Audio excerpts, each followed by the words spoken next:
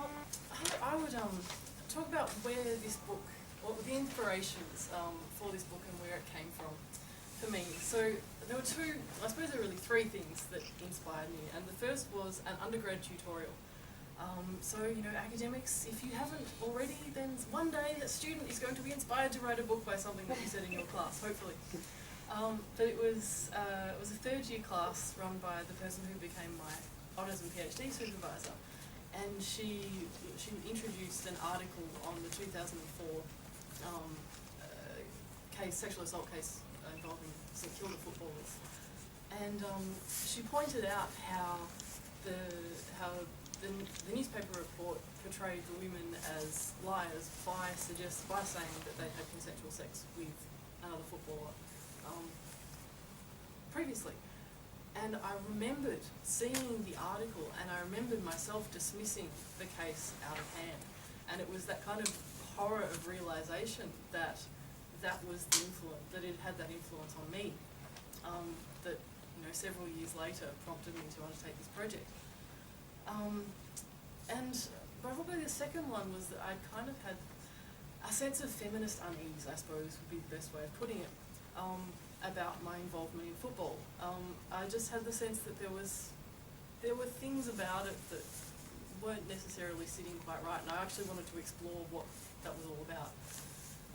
And the third one was when the fact that I got to the end of honours and just had a sense of how much I didn't know, and I wanted to know more stuff. So that was why I went on and continued with academia. And so the bit that I wanted to read from the book is my afterword. Possibly odd to start with the afterword before you read the rest of it, but it's more about where it came from for me. And it's called The End of an Affair.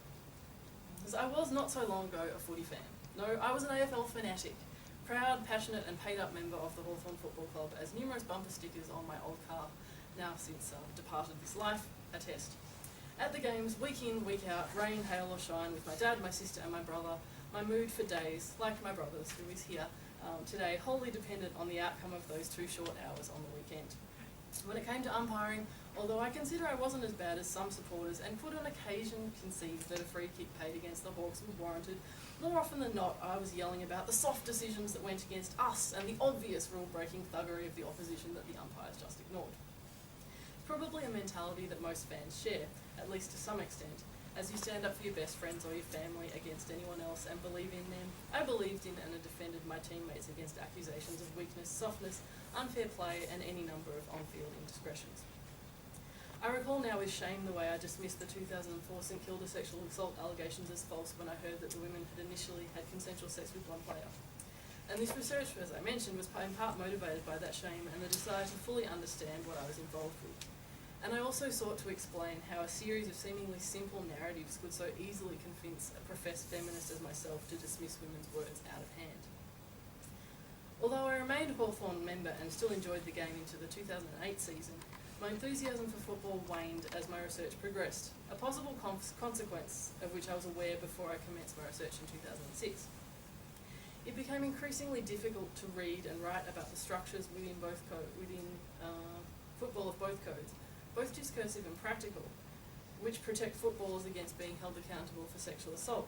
But I managed to maintain my position as a fan by telling myself that the problems really lay elsewhere in the AFL or rugby league and not with my team. As discussed in Chapter 5, which as you'll get to if you read the book, fans are part of their team and as such they're implicated in its players' actions off the field as well as on.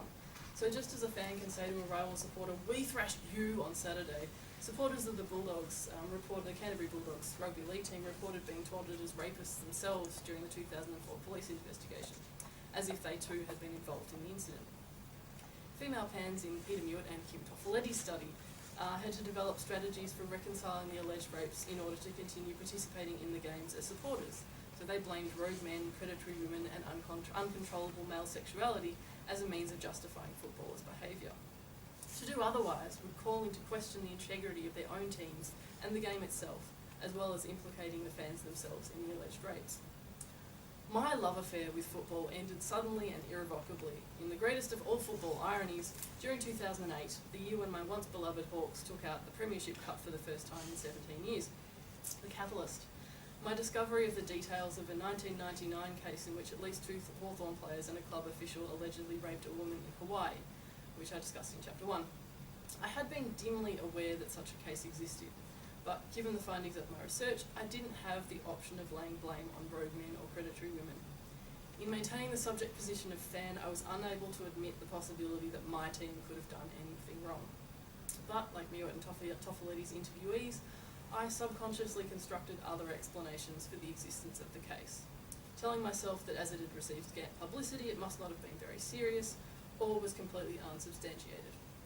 But one day, wearing my Hawthorn membership scarf as I worked, I finally read the articles that gave details of the alleged victim's police statement and the responses of Hawthorn officials. I was utterly betrayed. What the players allegedly did to the woman was horrific, and there were the same patterns of denial and blame I identified in the other cases. The same thinly veiled accusations of lying, even though it's uncertain what possible benefits a Californian woman might have to gain by inventing a story of rape by Australian footballers in Hawaii and declining to press charges. The incident did not even become public in Australia until 5 years after it occurred, and unlike the other cases I investigated, as a member of the team responsible, I was implicated. I wasn't going to do this. I took off my membership scarf. I haven't watched another football game in a while. Actually, I have now, but at the time I hadn't. I did not renew my membership in 2009, and I will not again. And I cried a lot because something I loved had been shattered by my so-called mates. So that was where I was coming from. My journey through this book.